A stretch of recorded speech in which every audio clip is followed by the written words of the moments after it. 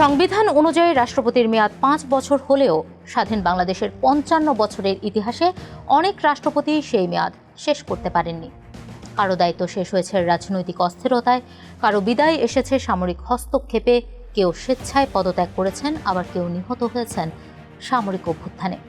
কোন রাষ্ট্রপতি কিভাবে সরে গেছেন চলুন জেনে নিই। বাংলাদেশের প্রথম রাষ্ট্রপতি ছিলেন শেখ মুজিবুর রহমান। ১৯৭১ সালের ১০ই এপ্রিল মুজিবনগরে তাকে রাষ্ট্রপতি করে মুক্তিযুদ্ধকালীন সরকার গঠন করা হয়েছিল। যেহেতু তিনি পাকিস্তানের কারাগারে বন্দী ছিলেন, সেজন্য অস্থায়ী রাষ্ট্রপতি ছিলেন সৈয়দ নজরুল ইসলাম। পাকিস্তানের কারাগার থেকে মুক্ত হয়ে ১৯৭২ সালের ১০ই জানুয়ারি দেশে আসার পর শেখ মুজিবুর রহমান রাষ্ট্রপতির পরিবর্তে প্রধানমন্ত্রী হন, আর রাষ্ট্রপতি হিসেবে দায়িত্ব দেয়া হয় বিচারপতি আবু সাইদ চৌধুরীকে। কিন্তু রাষ্ট্রপতি পদে থাকার সময় নানা বিষয় নিয়ে আবু সাইদ চৌধুরীর মধ্যে অস্বস্তি তৈরি হয়েছিল। পরিস্থিতি এমন পর্যায়ে পৌঁছেছিল যে ১৯৭৩ সালের ২৪শে ডিসেম্বর পদত্যাগ করেন আবু সাইদ চৌধুরী। তার পদত্যাগের পর রাষ্ট্রপতি করা হয় মোহাম্মদুল্লাহকে। তিনি ছিলেন তৎকালীন জাতীয় সংসদের স্পিকার। ১৯৭৩ সালের ২৪ ডিসেম্বর থেকে ২০৭৫ সালের ২৫ জানুয়ারি পর্যন্ত এই পদে ছিলেন তিনি। ১৯৭৫ সালের ২৫শে জানুয়ারি সংবিধান পরিবর্তন করে দেশে একদলীয় শাসন ব্যবস্থা চালু করা হয়। আবারও প্রবর্তন করা হয় রাষ্ট্রপতি শাসিত সরকার ব্যবস্থা। শেখ মুজিবুর রহমান পুনরায় রাষ্ট্রপতি হন, তবে খুব বেশি দিন ওই পদে থাকতে পারেননি তিনি। ১৯৭৫ সালের ১৫ই আগস্ট শেখ মুজিবুর রহমান ও তার পরিবারের সদস্যদের হত্যা করা হয়। শেখ মুজিবুর রহমানের মৃত্যুর পর রাষ্ট্রপতির দায়িত্ব নেন খন্দকার মোশতাক আহমদ। তবে তার মেয়াদ দীর্ঘ হয়নি, মাত্র ৮১ দিন ওই পদে ছিলেন তিনি।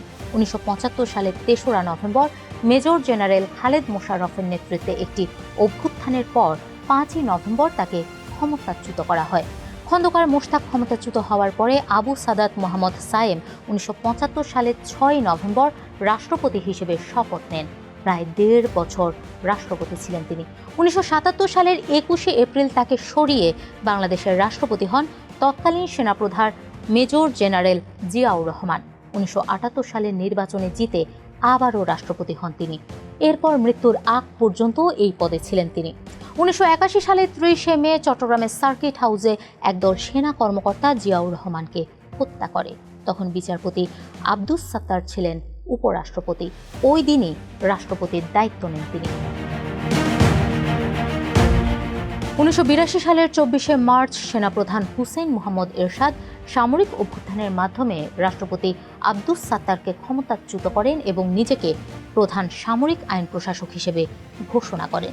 এর ৩ দিন পর তিনি আবুল ফজল মোহাম্মদ আহসান উদ্দিন চৌধুরীকে রাষ্ট্রপতি পদে বসান। আহসান উদ্দিন চৌধুরী ২০ মাসের মতো রাষ্ট্রপতি ছিলেন। ১৯৮৩ সালের ১১ই ডিসেম্বর জেনারেল এরশাদ আহসান উদ্দিন চৌধুরীকে সরিয়ে নিজেই রাষ্ট্রপতি হন। তার শাসনামলে ১৯৮৬ ও ১৯৮৮ সালে দুটি বিতর্কিত নির্বাচন হয়। সেই দুটিতেই জিতে রাষ্ট্রপতি পদে বহাল থাকেন এরশাদ। তবে ১৯৯০ সালের ৬ ডিসেম্বর গণ অভ্যুত্থানে তিনি ক্ষমতাচ্যুত হন।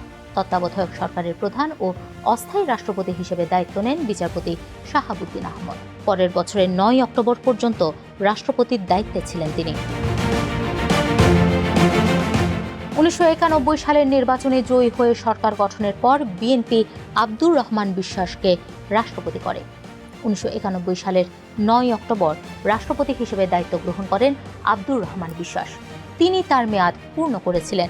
১৯৯৬ সালের ৯ অক্টোবর ঠিক ৫ বছর পরেই তার মেয়াদ শেষ হয়। ১৯৯৬ সালের নির্বাচনে জয় পায় আওয়ামী লীগ। আওয়ামী লীগ সরকার গঠনের পর বিচারপতি শাহাবুদ্দিন আহমেদকে আবারও রাষ্ট্রপতি করে। ১৯৯৬ সালের ৯ অক্টোবর রাষ্ট্রপতি হিসেবে শপথ গ্রহণ করেন বিচারপতি শাহাবুদ্দিন। তিনি ৫ বছরের সাংবিধানিক মেয়াদ পূর্ণ করার পর আরও প্রায় ১ মাস স্বীয় পদে বহাল ছিলেন। ২০০১ সালের ১৪ই নভেম্বর তিনি রাষ্ট্রপতির পদ থেকে অবসর গ্রহণ করেন।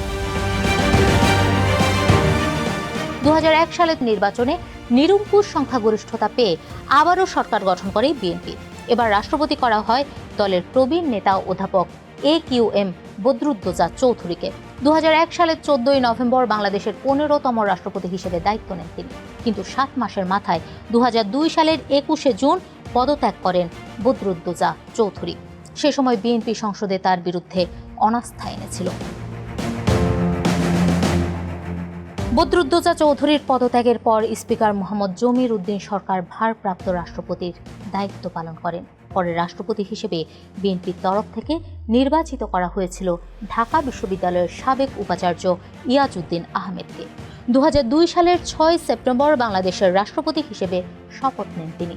তার 5 বছরের মেয়াদ শেষ হওয়ার কথা ছিল 2007 সালের সেপ্টেম্বরে, কিন্তু বিএনপি ক্ষমতা ছাড়ার পর 2006 সালে বাংলাদেশের রাজনীতির উত্তাল সময়ে তিনি রাষ্ট্রপতির দায়িত্বের সঙ্গে তত্ত্বাবধায়ক সরকারের প্রধানেরও দায়িত্ব নেন। 2009 সালের 11 ফেব্রুয়ারি তিনি রাষ্ট্রপতির পদ থেকে বিদায় নেন। তবে 2007 সালের সেপ্টেম্বর থেকে 2009 সালের ফেব্রুয়ারি পর্যন্ত সময়টি তার দ্বিতীয় মেয়াদ ছিল না। এটি ছিল উত্তরসূরি দায়িত্ব গ্রহণ না করা পর্যন্ত পদে বহাল থাকা। 1-11-এর পর ক্ষমতায় এসে দলের প্রবীণ নেতা জিল্লুর রহমানকে রাষ্ট্রপতি পদে বসায় আওয়ামী লীগ সরকার। তার মৃত্যুর আগ পর্যন্ত তিনি ওই পদে ছিলেন। 2013 সালের 20 মার্চ সিঙ্গাপুরে চিকিৎসাধীন অবস্থায় মারা যান তিনি। তার মৃত্যুর পর তৎকালীন স্পিকার আব্দুল হামিদ প্রথমে ভারপ্রাপ্ত রাষ্ট্রপতি এবং পরে রাষ্ট্রপতি নির্বাচিত হন। তিনিই হচ্ছেন একমাত্র ব্যক্তি যিনি পরপর 2 মেয়াদে দেশের রাষ্ট্রপতি ছিলেন। 2013 থেকে 2023 সাল বাংলাদেশের ইতিহাসে সবচেয়ে বেশি দিন রাষ্ট্রপতি পদে ছিলেন তিনি। এরপর দেশের 22তম রাষ্ট্রপতি হিসেবে শপথ নেন মোহাম্মদ শাহাবুদ্দিন। আওয়ামী লীগ সরকারের আমলে 2023 সালের 24 এপ্রিল শপথ নিয়েছিলেন তিনি। 1 বছর পর 2024 সালের অগাস্টে আওয়ামী লীগ সরকারের পতন হলেও তিনি রাষ্ট্রপতি পদে রয়ে যান। তার কাছেই শপথ নেন অন্তর্বর্তী সরকারের সদস্যরা। অন্তর্বর্তী সরকারের 1.5 বছরে বেশ কয়েকবারই তার পদত্যাগের দাবি উঠেছিল, কিন্তু বিএনপি সে সময় রাষ্ট্রপতি পদে তার বহাল থাকার পক্ষে অবস্থান নেয়। এরপর 12 ফেব্রুয়ারির জাতীয় নির্বাচনে জয়ী হয়ে বিএনপি সরকার গঠন করলে তিনি তারেক রহমান সহ নতুন সরকারের সদস্যদের শপথ পড়ান। তবে শেষ রক্ষা হয়নি। 2026 সালের 24 জুলাই স্বাস্থ্যগত কারণ দেখিয়ে পদত্যাগ করেন মোহাম্মদ শাহাবুদ্দিন। তিনি একমাত্র রাষ্ট্রপতি যিনি 3টি সরকারের সময়ে ওই পদে ছিলেন।